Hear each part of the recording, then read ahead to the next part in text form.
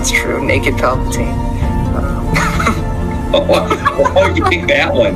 Fresh out of the clone tank, nude Palpatine is my Well, that's the first thing I think of when you say Dark Empire Palpatine.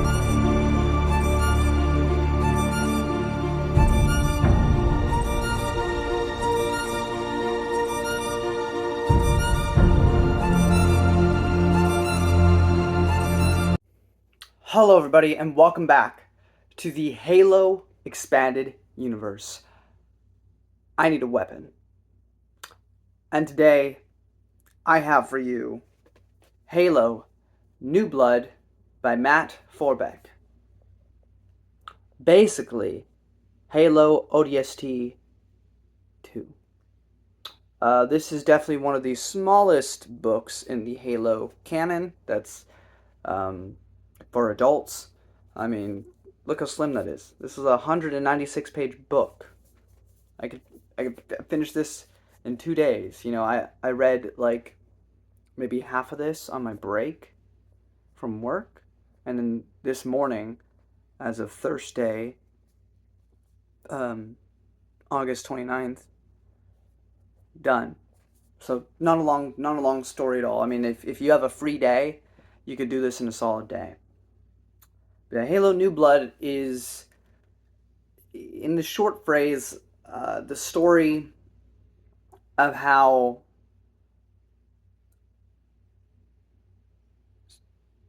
ODST Buck, Nathan Fillion, from Halo ODST, the video game, becomes a Spartan 4. Because this might have been 2016, which might have been after Halo 5, because Halo 5 came out, I think, in 2015. But this story, of course, would take place before Halo 5, and apparently before Halo 4, as we're seeing, as I'm reviewing it now. I even talked about Halo 4. But yeah, it basically shows how he becomes a Spartan 4, and deals a little bit more with the Spartan 4 program and what that entails. The only other place you would have really seen that would have been Halo Initiation, where we get introduced to Sarah Palmer. And Sarah Palmer actually makes an appearance in this book as a Spartan. But that would be the only other place you would have really seen what the Spartan 4 program is all about. But yeah, 2016 I think is when this came out, but publication-wise, but chronologically it's about here.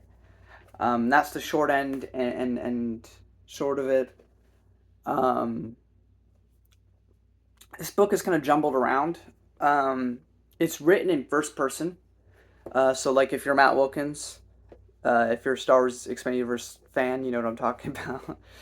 He's another YouTuber, and he hates first-person stories. He thinks they're inferior to third-person. But being that, it follows Buck, of course. And we begin with a current mission that he's on in this time placement with a seeming betrayal at the very beginning. And then we cut back. And we begin with Buck's early life. We get to learn how he joined the UNSC, him fighting the Covenant, all the way up to, you know, they actually just recount the events of the game, basically. So if you, like, were only a book reader for some reason, and you never touched the games for some reason, you'd have a pretty good summary here from his perspective. But I recommend you play the game. Then we also get, you know, his life after the war, leading up, and then him becoming a Spartan 4, and then it all leads back to the current day with the end of the story.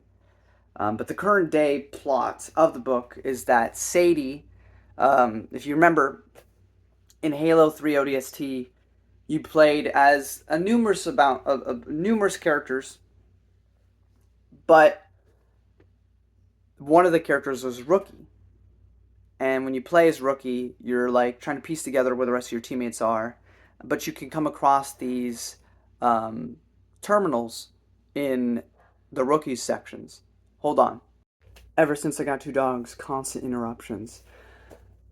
Anyway, but Rookie would see these terminals that you could find throughout the game, and they had these little audio stories with this girl named Sadie and this AI named Virgil. So that's like a whole completely side story. You never actually meet this girl. But in this story, they've been kidnapped by insurrectionists these particular insurrectionists are calling themselves the Front. And so they've been tasked with rescuing her. And that's the present day plot, but that's the shortest portion of the plot.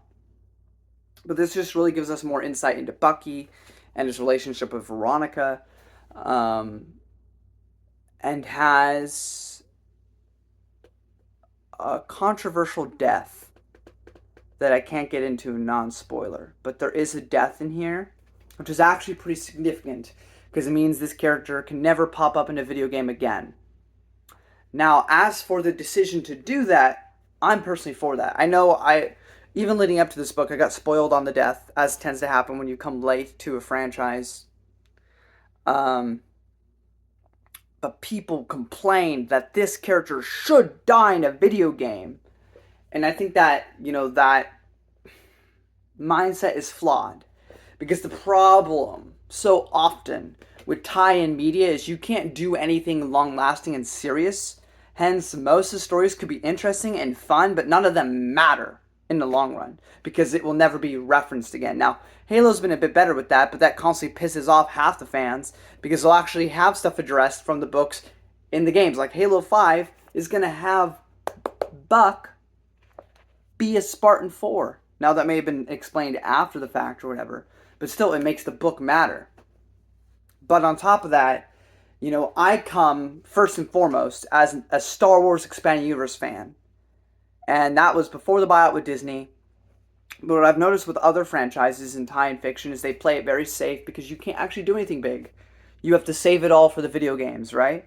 Because Master Chief has to save the day or do this and that in the game that you're playing. They can't do that in a side story plot in a book. Because then people would have to read. They shouldn't have to read. That's the mindset. But by killing off somebody important in a book, you make it matter. You make it like, why am I wasting my time and investing my time into a plots again and again and again if ultimately they don't matter and they're never referenced? But this does matter. Not only does it explain Buck's character in 5, but has a meaningful death. Now, whether or not I feel that death was handled in the best way is a different matter that I'm still mulling over, even in this review. I don't know how I feel about it. But I don't have an issue with killing off a character in the book. That's fine with me. I think it makes the book more worthwhile. But whether or not how it was handled it was appropriate is a different matter entirely. But we will get into that in spoilers. Overall, I think the book could come off a bit fanfiction-y at times, just in the way it's written. Not that it's bad, it just, I've read a couple fanfictions here and there. Not even the ones that I've been reviewing for Star Wars, but just other things in general. And sometimes it kind of comes across like that. But what would I know? I don't write books. But it does come across like that a little bit to me at times. But overall, I thoroughly enjoyed it. It made me really care about Buck. I could hear Nathan Fillion's voice in a lot of these lines, I had a good time with it. It's probably one of the better Halo books that I've read. And I mean, I've enjoyed pretty much most of the Halo books I've read, but most of them have just been fine. I actually think this one's pretty powerful. I think there's some really good moments that, and no matter how I feel about the death, it certainly had tugged at my heart. Whether in a positive way or a negative way, I'm still unsure. But it's a good read. And if you wanted something before Halo 5 dealing with Buck and you're a big fan of ODST, I would recommend this. It also has a theme, which is important for Halo 4, so also appropriate to read it before Halo 4, which is that Spartans are still human. And that gets addressed at the end of this book, and that matters for Halo 4 as well. So, overall, pretty solid read. I'm getting spoilers. If you don't want that, leave. But yeah, as for non-spoiler, I actually put this a bit higher than a lot of the other books I've been reading. So and it's nice, short and sweet, and won't take very long. So I recommend this one. I'm getting spoilers. If you don't want that, get out of here. Alrighty. So I already said we get Buck's background and anything.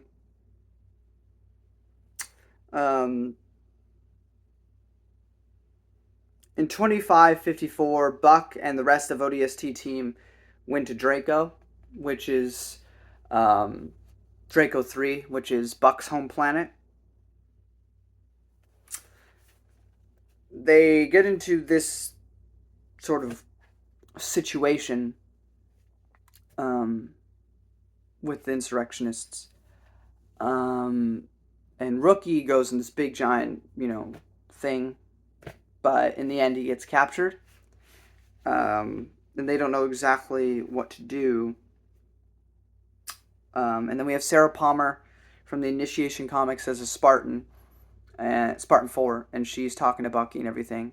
And at this point, they're all Spartans at this point, I think. Yeah, they're all Spartans at this point, if I remember correctly. Doesn't matter. Point being, no, they weren't Spartans at this point. No. But she asks if she can help in some way, but they kind of hold off on that. But I really just want to mention that she's here. As I said, we get a lot with Veronica, and it's really, I really liked the relationship. I liked it a lot in Halo ODST, and there's a lot of good stuff here with it. We get to see June again. So if you hadn't read the Halo Initiation comic, this might be the first time you're hearing that June from Halo Reach did in fact survive the Battle of Reach, which I just love to see. I'm glad that he made it out. They even reference the fact that one of the achievements you can get is something about ODST, because there's a mission in New Alexandria when you're playing as, the lone wolf,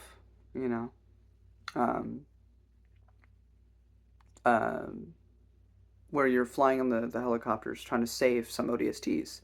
Now, they wear their armor, you never really get to talk to them. There's one ODST that has like a line of dialogue, it's Nathan Fillion, because the Spartans saved Nathan Fillion back on Reach. And he even makes a comment about Reach in ODST. So there's a cool little connection. Now, initially, June comes to Buck to recruit him into the Spartan 4 program, but Buck declines. And apparently he's the first and only to ever decline June's offer. We also have not a huge, but we get a pretty sizable section of the book dedicated to just recapping ODST, but from Buck's perspective. It was okay. I mean, it was cool to see, but like, I played the game. I don't need this recap. And then the really the biggest thing from this book, Rookie's death. This is the big thing. Now, a lot of people are like, no, we should get to see him die. We should be playing as him. I get the reason behind it. It's kind of the same thing as Chewbacca in Vector Prime of New Jedi Order. If you haven't read that book, it's been almost 20 years now. Your fault.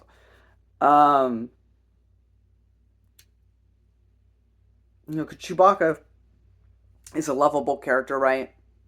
But he also doesn't he doesn't talk.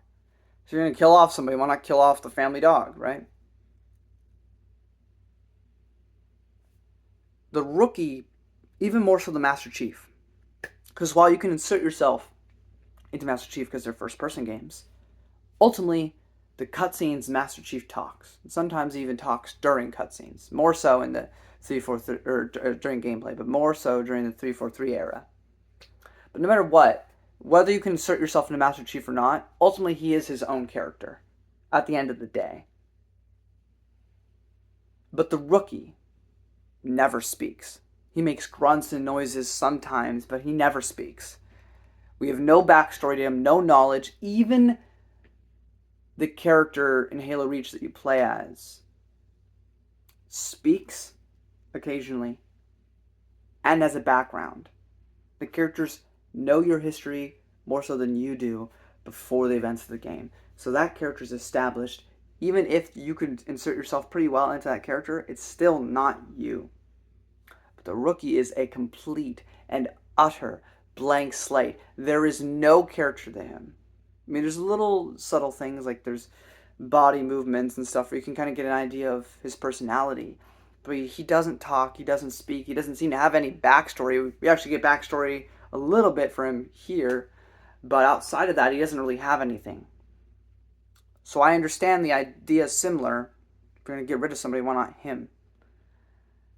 But because he's so silent, he is the easiest person to fully immerse yourself in. Like, he doesn't have a name, he's just a rookie. This is me in Halo. That's honestly how it felt for me. Playing Halo 3 ODST was like, I'm even more so than Halo Reach. I am inserted into the world. I am the rookie. If he had gone out in some sort of blaze of glory, I don't know. Because he does the mission, he's doing pretty good, but he gets captured.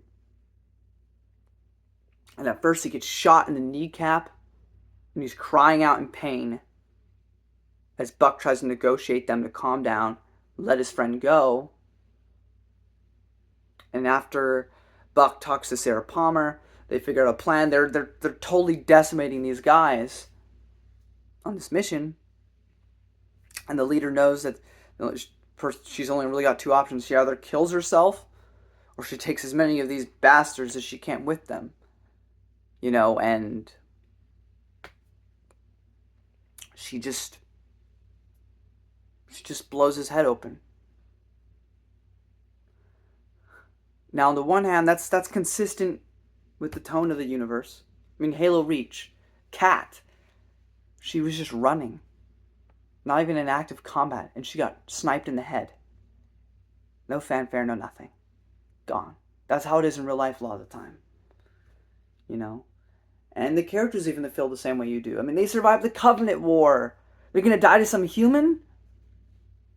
That's life sometimes. But because I guess I identify so much with Rookie, because of how much of a blank slate he is, it just kind of feels like, I know it's like stupid and bizarre and weird to say, but it feels like they just killed me off. Like they just didn't care about me. Like they just got rid of me like I was nothing. In a sense. But I get it. And I get it. And it works, and they do a lot of emotional stuff with it after the fact, and it's big motivation for what happens at the end of the book. But it just I don't know how to feel about it. I don't want to tell you it's bad or it's badly written. I don't necessarily think it is, but I just don't know if it's the best play to do with, like, the idea of killing off Rookie in the book, I'm fine with. I think that's great. I think that, adds weight and stakes to actually reading the novels, but how it happened, I don't know how to feel about that. So I can't give you a conclusive answer that may make or break this story for you. But it wasn't enough to ruin my enjoyment of the book. I'm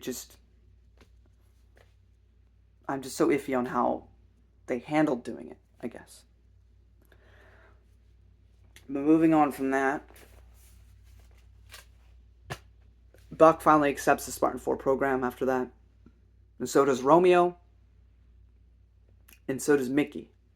But Dutch decides he's done. After Rookie, and again, I like this because it gives motivation to everybody else. But Dutch, and we know this from the Helljumper comics, like he has a wife. And he's done. He's fought hard, he's helped. But after Rookie, he's done. He just wants to be with his wife. So he gives up on being an ODST, let alone a Spartan. But Mickey, Romeo, and Buck follow through with it, and they become Spartan 4s. Which, according to Buck, if Spartan 2s and 3s are gods, then Spartan 4s are demigods. Maybe not as tough, but still. Could pass off easier as human, or as a normal person, but it could still pack quite a punch, like Hercules. As they're training,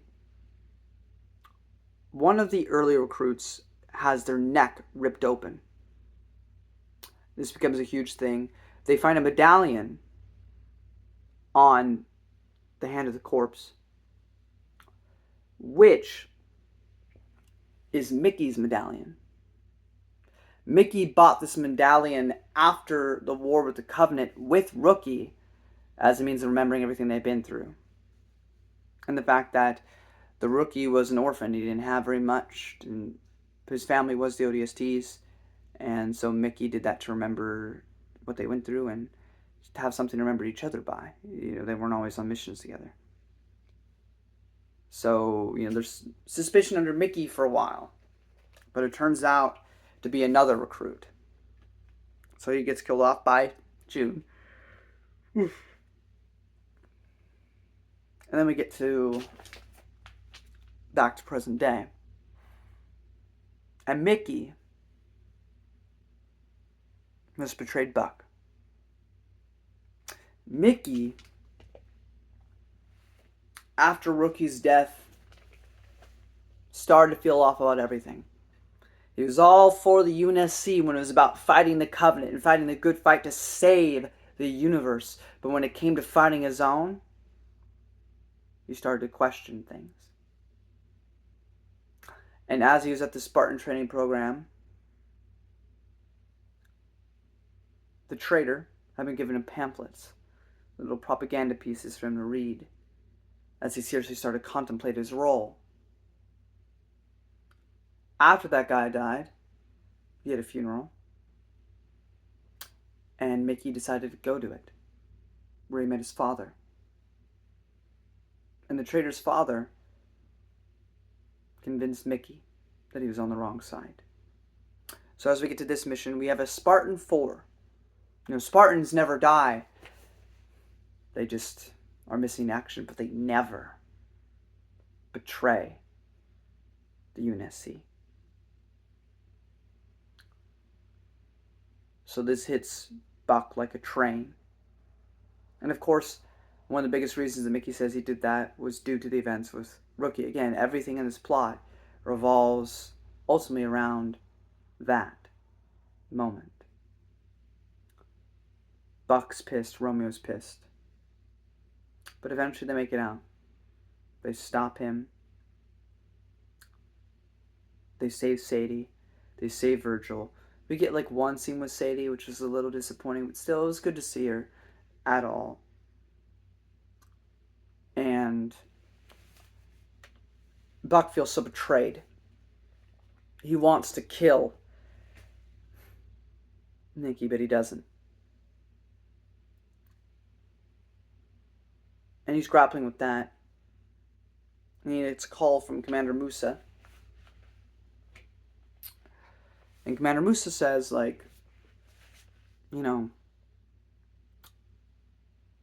if it was June, Mickey would have been 6 feet under.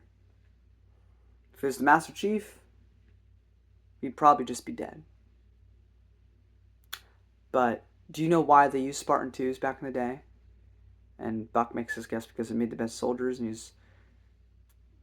Musa's like, yes and no.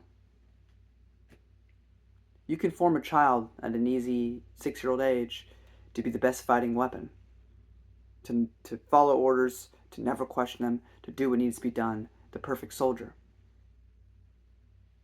And he knew when he started the Spartan 4 program that things would be different. These are volunteers. These are adults.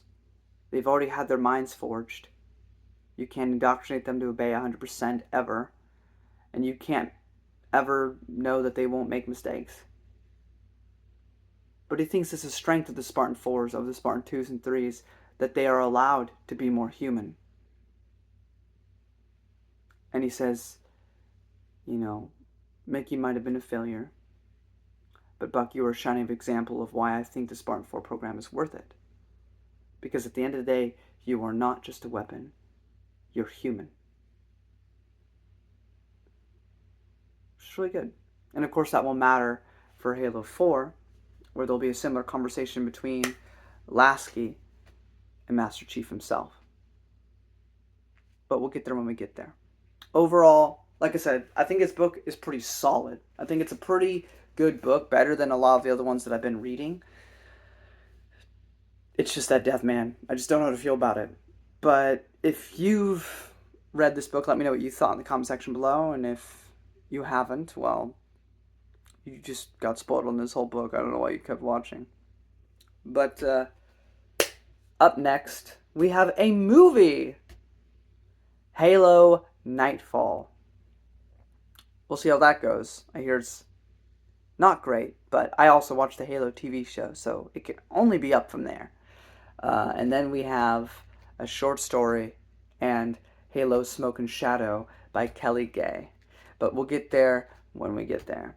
So, till next time, guys, let's finish the fight. Bye-bye.